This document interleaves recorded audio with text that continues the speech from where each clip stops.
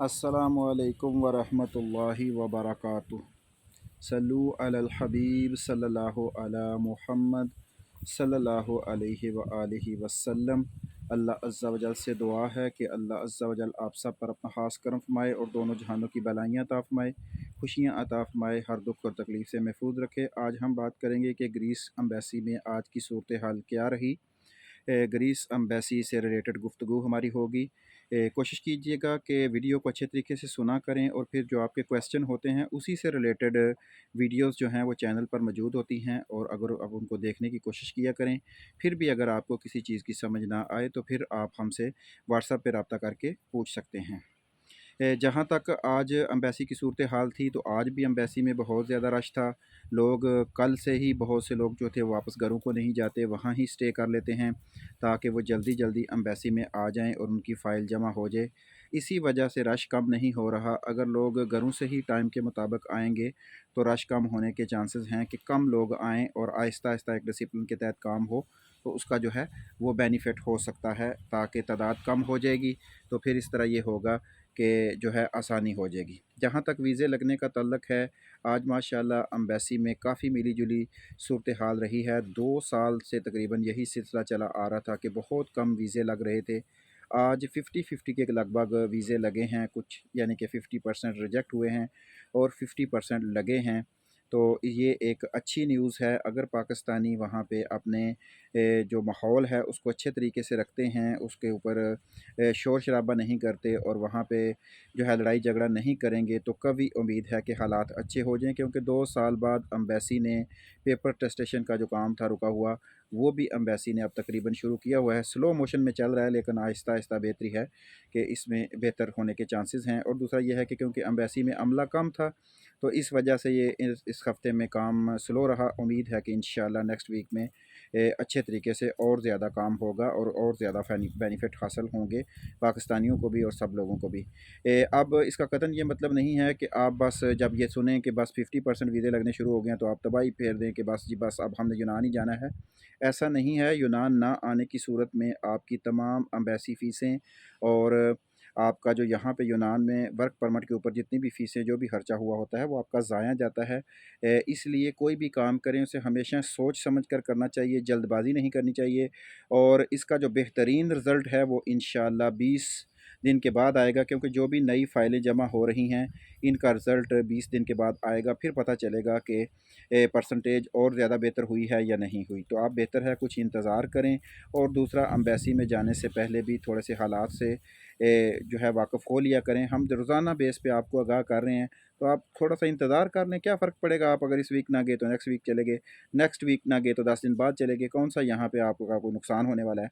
तो इसलिए कोशिश करें कि हालात को देख कर चलें। और एक बात मैं आपको बताता चलूँ, कल ही मेरे एक दोस्त के साथ रब्ता हुआ था। उसने हमें यहाँ पे मैसेज किया कि वो यूनान के वीज़ा उनका लगा है और यहाँ पहुँचे हैं।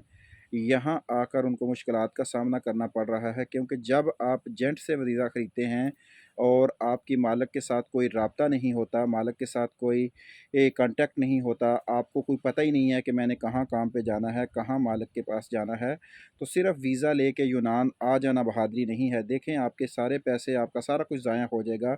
अगर आप उस मालिक के पास नहीं पहुँचते, यहाँ आकर आपके पेपर जमा नहीं होते, आपका कार्ड नहीं निकलेगा, तो आपके जितने भी पैसे हैं वो ज़ाया चले जाएंगे। क्योंकि आप अनलीगल हो जाएंगे। साल के बाद जैसे ही आपका वीज़ा ख़त्म होगा तो आप अनलीगल हो जाएंगे और फिर आपके लिए मसाइल होंगे। तो इसलिए कोशिश करें जिस बंदे से भी आपकी बात हो, चाहे वो आपका खालाजाद भाई है, आपका अंकल है, आपका चाचू मामू ताया या एजेंट है या जो भी है, उससे पहले अच्छे तरीके से खुल के बात कर लिया करें कि भाई मैंने वहाँ जाना है, किस मालिक के पास जाना है और मेरा अगर कार्ड वो नहीं बनवाता। क्योंकि बहुत से लोग जो होते हैं यहाँ गोरों में भी ये प्रॉब्लम्स चल रही है। क्योंकि हमारे पाकिस्तानियों में ये मज़ीद मसाइल हैं कि वो वीज़ा तो ख़रीद लेते हैं, मिसाल के तौर पर 2 लाख का ख़रीद लिया, 3 लाख का ख़रीद लिया। मालिक को कहा कि बस ठीक है लग गया तो ठीक है, कोई मसला नहीं, ना लगा नहीं, मालिक को भी 400-500 यूरो दे दी, चलें वो भी खुश हो गया। लेकिन जब वीज़ा लग जाता है और वो बंदा यहाँ पे आता है, ऐसे चांसेस हुए हैं। इसलिए आपको आगाह कर रहा हूँ कि वो यहाँ पे आता है तो यहाँ जनाब उसको पता ही नहीं है किसके पास जाना है, कहाँ काम करना है। तो जब तक तो उसका वीज़ा वैलिड होता है वो कहीं काम कर सकता है, लेकिन पेपर जमा करवाने के लिए जिस मालिक ने आपका वीज़ा भेजा हुआ है उसके पास आपका काम करना ज़रूरी है, वरना आपकी सारी मेहनत ज़ाया चली जाएगी। आपको कार्ड नहीं मिलेगा, आपका वीज़ा ख़त्म होते साल ही आप अनलीगल हो जाएंगे। और ये भी नहीं हो सकता कि आप यूनान के पेपर ले सकें। यूनान में 3 साल सबूत के ऊपर पेपर मिल रहे हैं, वो 24-25 दिसंबर को, वो भी सिलसिला जो है 31 दिसंबर को हो सकता है ख़त्म हो जाए, क्योंकि ये लास्ट साल के 12वें महीने में वो ख़त्म हो जाएगा। फिर वही 7 साल सबूत के ऊपर आप पेपर जमा होंगे और आपको 7 साल इंतज़ार करना पड़ेगा। तो इसलिए जो भी कदम आपने उठाना है वो सोच समझ कर उठाएँ। मामलात को देख कर चलें, जल्दबाज़ी ना करें, एजेंटों के पीछे ना पड़ जाएँ। जो भी मामला करना है आहिस्ता-आहिस्ता सोच समझ कर करें, और मैं यही कहूँगा कि 20 दिन इंतज़ार करें। रिज़ल्ट आने दें सामने कि एम्बेसी की नई सिचुएशन क्या है, उसी के मुताबिक आप फ़ैसला करें। और दूसरा ये है कि आपको एम्बेसी में भी डिसिप्लिन का ख़्याल रखना है और अपने पेपर अच्छे तरीके से तैयार करने हैं। बहुत से साथी यहाँ एम्बेसी चले जाते हैं और वहाँ उनके पास अभी उन्होंने पेपर टेस्ट ही नहीं करवाए होते। तो आपने फ़ॉरेन ऑफिस से पेपर टेस्ट करवा के फिर एम्बेसी जाना है, वरना आपके जाने का कोई फ़ायदा नहीं है। तो इसलिए कोशिश करें एक डिसिप्लिन और निज़ाम के तहत चलें, तो इंशाल्लाह कामयाबी मिलेगी। फ़ाइल्स वगैरह के सिलसिले में जो है वीज़ा फ़ॉर्म पुर करने के सिलसिले में अगर आपको किसी परेशानी का सामना करना पड़ रहा है, तो आप हमसे रब्ता करके हमसे मदद पूछ सकते हैं। आप हमें ये मैसेज ना किया करें कि वीज़ा दें, क्योंकि हम वीज़े का काम बिल्कुल नहीं करते। हमारा वीज़े से कोई लेना देना नहीं है। हमने आपको इन्फॉर्मेशन देनी है। वीज़े के मामले में पाकिस्तान में अगर 100 बंदे हैं, तो 100 में 99 बंदे फ्रॉडी हैं, ठीक है? 99 फ्रॉड है। 1% बंदा है अगर कोई ईमानदार है, तो उसको मिलना ही बड़ा मुश्किल है, क्योंकि अगर कोई ईमानदार है तो वो उसको पहले ही लोग तलाश कर चुके होंगे। तो इसलिए वीज़े के मामले में आप कतई हमसे रब्ता ना करें। हम आपको इन्फॉर्मेशन दे सकते हैं यूनान से रिलेटेड जो हक़ और सच है। इसके अलावा आप हमसे रब्ता करके वीज़ा हमें दे दें। भाई हमारे पास वीज़े कहाँ से आए? और फिर पहली बात दूसरी बात ये होती है कि जब अगर आपका मालिक को किसी बंदे की ज़रूरत भी है, तो हर बंदे की ये ख्वाहिश होती है कि वो अपने फैमिली मेम्बर्स, अपने रिश्तेदारों में से किसी को बुला ले, ताकि किसी का भला हो जाए। तो बाहर जो लोग वीज़े देते हैं वो पैसों से ही देते हैं, पैसे ही चलता है। और ये हमारे लोगों की आपको पता है कि खूबी है, जहाँ वो चले जाते हैं फिर वहाँ फ्री कोई चीज़ नहीं मिलती। फ्री तो पानी भी भाई मिल रहा हो, तो अगर पाकिस्तानी वहाँ चले जाए तो वो उस फ्री को बंद करके बेचना शुरू कर देंगे। तो इसलिए इसमें फ़्रॉड है, दगा है, बहुत ज़्यादा फ़्रॉड और दगा है। हमारे साथ भी लोगों ने दगा फ़्रॉड किया है। मकसद है, हमें भी जब ज़रूरत पड़ी किसी चीज़ की, तो किसी बंदे से बात की तो उसने भी जनाब पैसे ले लिए हैं, ना पैसे वापस करने हैं, ना काम करना है। तो इसलिए आपने सोच समझ के कदम उठाना है।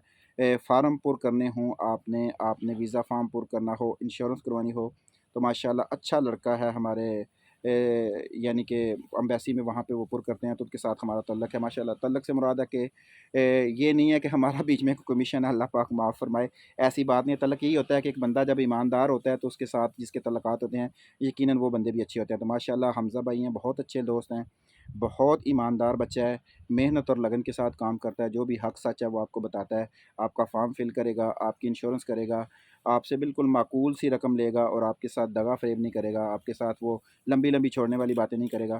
तो आप अगर आपको फ़ॉर्म के सिलसिले में या सिलसिले में कोई प्रॉब्लम हुई, तो आप हमें बताइएगा, हम आपको हमज़ा साहब का नंबर दे देंगे, वो आपको डील कर लेंगे, आपका फ़ॉर्म वगैरह फ़िल कर देंगे, जो उनकी मुनासिब फ़ीस बनी वो आप उन्हें दे दीजिएगा। बाकी ये है कि हमारा वीज़े लेने-देने से कोई तल्लक नहीं है। इन्फॉर्मेशन आपको यूनान से रिलेटेड जो हमसे मुखबिर हुआ, आपको बताने की कोशिश करेंगे और जहाँ तक पॉसिबल हुआ आपकी हेल्प करेंगे। बाकी आपने अपनी मदद खुद करनी है।